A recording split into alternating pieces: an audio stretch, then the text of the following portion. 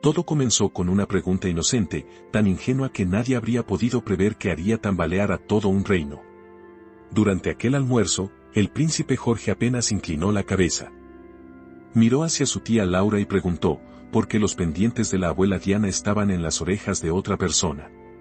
Aquella pregunta, como una aguja invisible, perforó el terciopelo apacible de la familia real, dejando al descubierto lo que nadie quería pronunciar: joyas desaparecidas.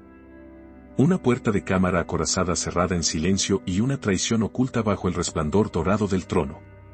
Camila, reina consorte del Reino Unido, había cruzado un límite que antes se creía intocable. No solo se había llevado las perlas de Diana, sino también una parte de la memoria reservada para Carlota, así como el símbolo supremo que ella misma había jurado proteger. Quien destapó aquel secreto no fue un rey poderoso ni un consejo repleto de leyes, sino un niño. Jorge vio lo que nadie se atrevía a mirar. La alarma resonó en el corazón del palacio, no por máquinas, sino por esas joyas extraviadas. El 18 de junio de 2025, Catalina, princesa de Gales, entró en la sala de patrimonio del Palacio de Kensington para realizar una revisión rutinaria. Pero apenas unos minutos después, la calma habitual del palacio se detuvo. Dos de las reliquias más sagradas de Diana, el collar de perlas Spencer de 1981 y los pendientes de perlas de Qatar de 1986, habían desaparecido. No eran simples joyas. Llevaban consigo el aliento del pasado, protegidas por un cierre de huella dactilar. Catalogadas en 2019 y reservadas para el día en que Carlota cumpliera 18 años, según el deseo de la reina Isabel II. Sin rastro de intrusión, sin grabaciones de seguridad. Sin un solo pitido de alarma, se desvanecieron como si nunca hubieran existido. Catalina avisó de inmediato al príncipe Guillermo. En el plazo de 1 hora. Invocó el protocolo de auditoría real de 2022, ordenó secreto absoluto, cerró todas las cámaras del tesoro desde Windsor hasta Norfolk y Sandringham. Y exigió la extracción de todos los registros de entradas y salidas desde el 1 de abril para un peritaje forense. Guillermo no lo trató como un descuido administrativo. Lo llamó por su nombre. Una traición desde dentro. Esto no es solo un asunto de seguridad, dijo a su equipo. Es el legado. El legado de Carlota. Los muros de piedra del palacio no podían contener las olas de inquietud. Afuera, el mundo seguía tranquilo, pero dentro, las miradas de sospecha ya no podían apagarse. Sabían que no era un extraño, alguien lo bastante cercano para tener motivo. Y con poder suficiente para tocar lo sagrado.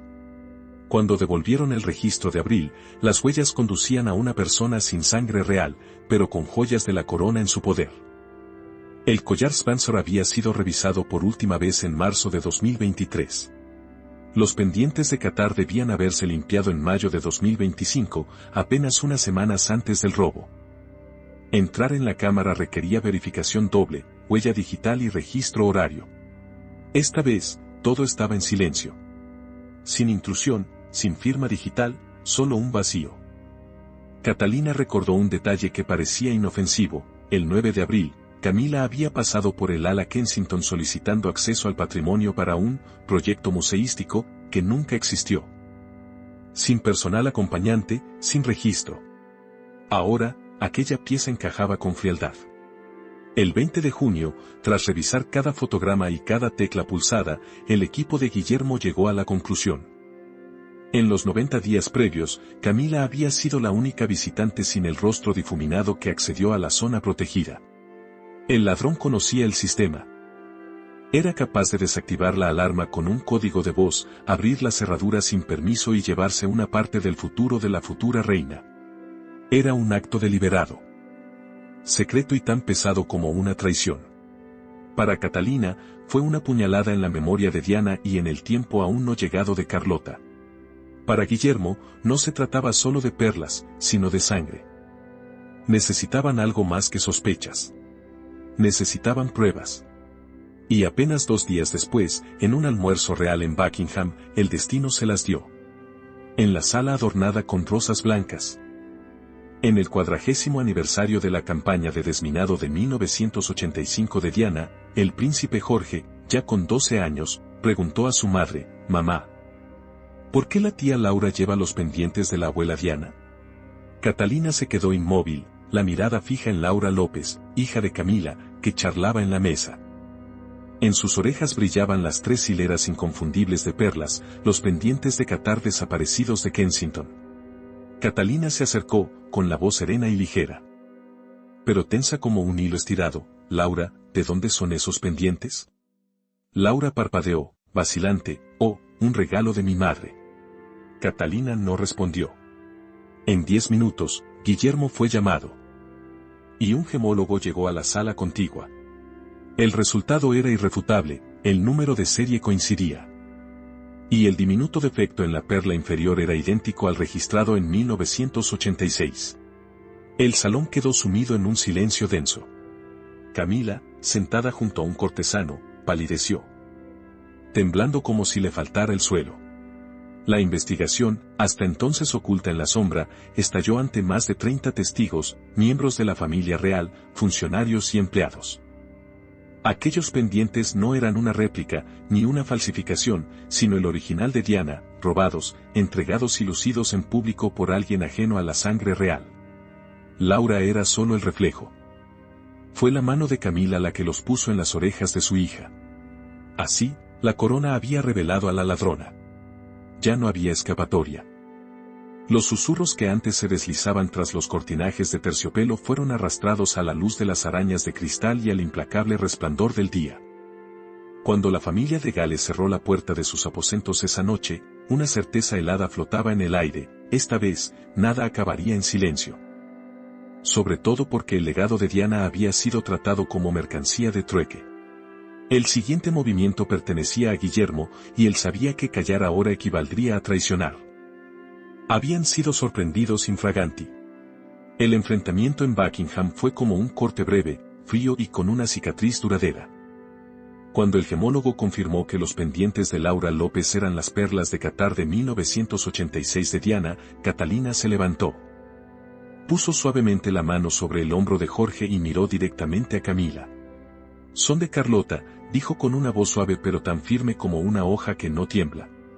La sala, con más de 30 invitados, se congeló en un silencio espeso. Camila empalideció, sus dedos se aferraron de forma inconsciente al borde de la servilleta, la mirada clavada en el suelo. Sin defensa. Sin explicación. Laura, incómoda, se apoyó en el relato de que su madre los había comprado en una subasta privada años atrás. Pero cuando Guillermo pidió pruebas, factura, certificado, procedencia, todo se desvaneció en el vacío. Un miembro del archivo real tomó la palabra, confirmando que, desde que la reina Isabel II modificó su testamento en 2021, ninguna joya real había sido transferida legalmente y que todo el patrimonio de Diana estaba destinado a la línea de Gales. Aquel instante fue a la vez una acusación y una humillación en público. Aunque el público fuera el de su propia familia. Lo más contundente provino de un hecho imposible de negar. Los archivos señalados por el equipo de auditoría de Guillermo mostraban que el 9 de abril de 2025, Camila había entrado sola en la sala de patrimonio de Kensington, sin supervisor, sin autorización, sin documentos. Aquel mismo día desaparecieron el collar de 1981 y los pendientes de Catar. Al principio se creyó que había ido a ver un tapiz ceremonial, pero no se movió ningún tapiz. En cambio, la única imagen que quedó fue la de Camila llevando una caja de terciopelo cerrada con llave. Esa noche, en un salón privado de Kensington, Guillermo convocó una reunión de urgencia con su equipo legal y asesores. La pregunta ya no era, ¿ha sido un robo?, sino, ¿cómo se va a actuar? Un asesor sugirió devolver las joyas en silencio. Guillermo interrumpió. Esto era asunto de su madre, de Carlota, de la familia. Catalina, sentada a su lado, asintió suavemente. Camila había cruzado el límite en público. Y ellos responderían en público. Camila no solo se llevó las joyas de Diana, las entregó a alguien ajeno a la sangre real y mintió cuando fue descubierta. Para Guillermo y Catalina, callar equivalía a complicidad. Cuando los murmullos empezaron a filtrarse fuera, supieron que la tormenta mediática era inevitable. Lo que no esperaban era la fuerza de la reacción popular. No solo por la corona, sino por el nombre de Diana. El 23 de junio de 2025, The Times publicó un artículo explosivo. La familia de la reina implicada en la desaparición de joyas de Diana. La nota citaba fuentes internas que confirmaban la desaparición del collar Spencer de 1981 y los pendientes de Qatar de 1986. Vistos después en las orejas de la hija de Camila en un almuerzo privado. En pocas horas, la noticia se expandió por toda la Commonwealth, de Sydney a Toronto, de Ciudad del Cabo a Edimburgo. En redes sociales, las etiquetas #Justice 4 Diana, #Protect Charlotte y #Camilla Gate coparon las tendencias. TikTok se llenó de vídeos comparando imágenes de Diana con las joyas y de Laura en el banquete. Un clip con más de 2.800.000 visualizaciones en 12 horas sostenía: esto no era solo un robo, sino un hurto a una niña, la hija de Diana. La oleada para retirar títulos y excluir a Camila de los actos públicos crecía sin freno. La prensa sensacionalista, habitualmente cauta con la familia real, fue esta vez más atrevida. Mirror lo calificó de robo de reliquias. Daily Mail dedicó 3 páginas con el titular de Diana a Carlota. Una herencia interrumpida. BBC Newsnet preguntaba, ¿cómo puede el palacio mantener su autoridad moral cuando los suyos traicionan el pasado? Periódicos internacionales como Le Monde, The New York Times y Der Spiegel recogieron la historia, subrayando la carga simbólica del suceso. Dentro del palacio, la presión ya no era solo interna. La confianza del pueblo, la base de la monarquía, temblaba. El apoyo a Guillermo subió al 87%, mientras que el de Camila cayó al 21%. Carlos seguía en silencio. Pero fuentes cercanas aseguraban que estaba abatido, encerrado en Clarence House y rehusando reuniones. El mundo no esperaba un comunicado oficial. Esperaba justicia. Guillermo sabía que ese momento no debía desperdiciarse. Bajo el asedio de la prensa y la exigencia ciudadana, entendió que no era una crisis a gestionar, sino un asunto a resolver. En nombre de Diana, por Carlota y por el pueblo, la era del daño había terminado. El 24 de junio, a puerta cerrada en Kensington, Guillermo tomó la decisión que redefiniría la monarquía moderna y pondría fin al poder de Camila en silencio. Fue expulsada de facto del palacio. La decisión llegó rápido, sin comunicado. Sin rueda de prensa. Solo una orden final y una puerta cerrándose tras ella. Entre las paredes doradas del Palacio de Kensington, el príncipe Guillermo firmó una directiva confidencial, un trazo firme que cortaba de raíz el poder de Camilla Parker. Su acceso a todas las cámaras de patrimonio, al vestuario ceremonial y al Consejo Interno de Planificación fue revocado. Para las 11 de la mañana, el sistema de seguridad había reducido sus credenciales al mínimo. Desde ese instante, Camila no recibiría informes, invitaciones ni figuraría en ninguna correspondencia relacionada con la Casa de Gales o el legado de Diana. Por la tarde, intentó entrar en la sala de patrimonio para un acto ajeno, pero su insignia se volvió un trozo de metal inútil. La puerta no se abrió. El personal apartó la mirada. La tarjeta fue desactivada. Su escolta fue reasignada, y su asistente personal recibió la orden directa de Guillermo: Camila no representaría más a la familia real en actos vinculados con la reina Isabel II. Clarence House fue advertida con sutileza: evitar mencionar tesoros, archivos o la agenda de los Gales. Un muro invisible, pero infranqueable, se había levantado. Físicamente, Camila no había sido expulsada. Pero en la estructura del poder, estaba desterrada. Guillermo comentó a un ayudante: esto no es un castigo. Es preservación. Sin disculpas, sin ruedas de prensa. Sin reproches. Solo acción, y el mensaje claro: el recuerdo de Diana tiene guardianes, toda traición, sea robo o abuso, será borrada de la casa Windsor. Un jurista real lo describió como la purga interna más contundente desde Wallace Simpson. Esa noche, Camila se retiró en silencio a Remel House, su finca privada en Wiltshire, a más de 90 minutos de Londres. No estaba detenida, pero sí abandonada en un vacío helado, teléfono mudo, correos rebotados con mensajes automáticos. Había sido congelada en el sentido literal palaciego. El mundo exterior también percibió el cambio. Camila seguía teniendo el título de reina consorte, pero en la práctica, su papel había sido vaciado. Apenas 2 años antes, había estado junto a Carlos en la coronación de mayo de 2023, con la corona de la reina María sobre la cabeza. Ahora, apenas 72 horas después del escándalo, su acceso y su influencia se habían derrumbado. El problema no eran solo unas joyas, sino la quiebra de una confianza sagrada. Y mientras Guillermo y Catalina protegían con firmeza el recuerdo de Diana, afloraba una verdad amarga: no era la primera vez que Camila sobrepasaba los límites.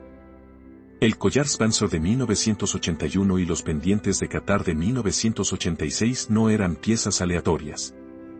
El collar, regalo de boda, adornó a Diana en su visita a Australia en 1983.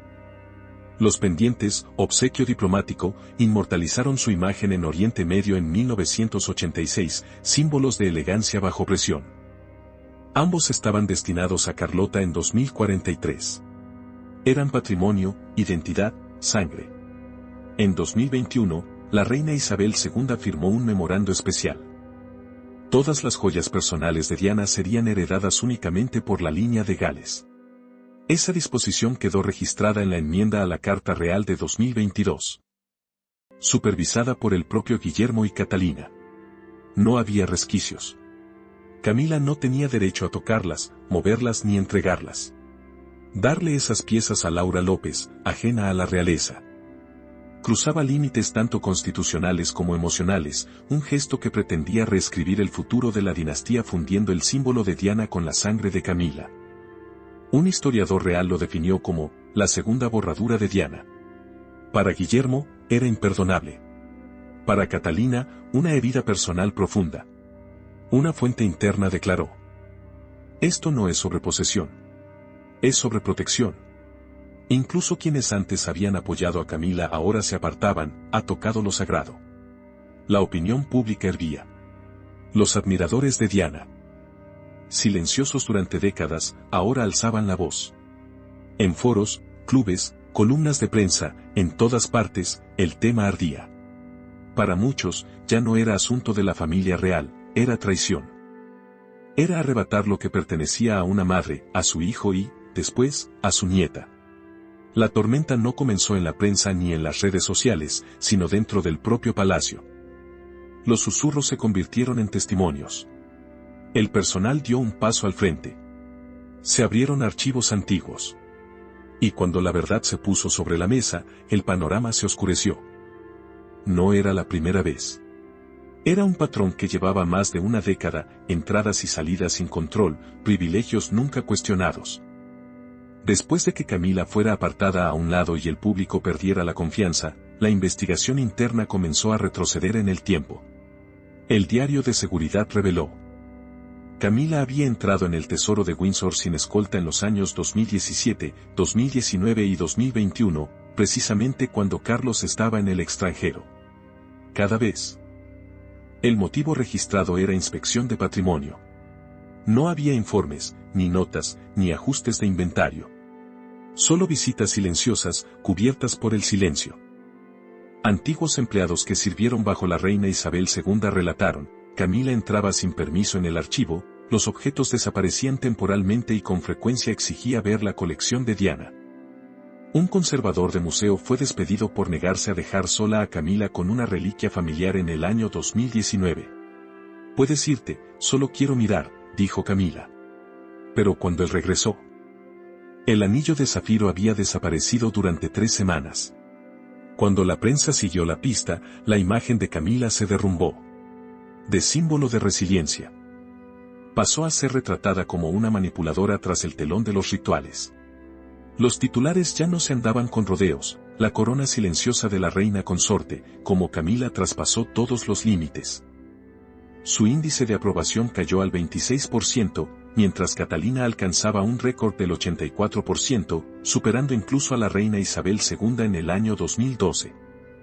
Pero la herida más profunda vino del pueblo. Frente al Palacio de Kensington, llegaron cientos de cartas manuscritas. Muchas mujeres que antes la admiraban ahora exigían su dimisión.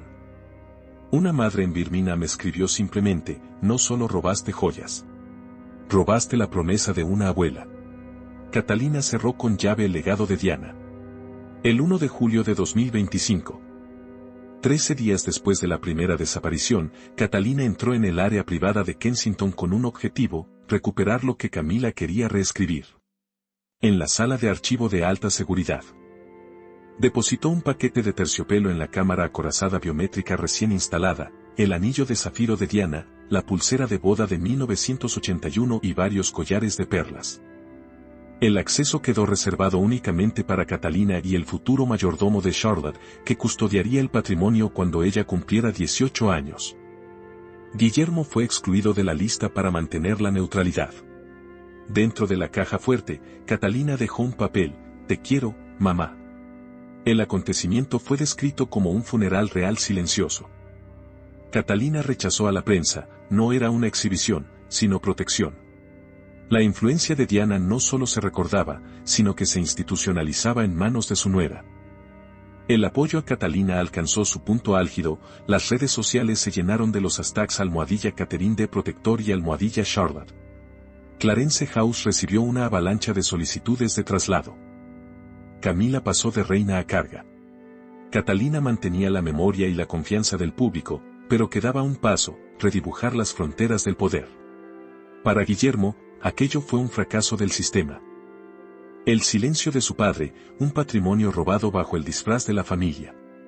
El 4 de julio de 2025, en su despacho de Kensington, Guillermo firmó la Ley de Conservación del Patrimonio de Linaje, Código Real 24.825.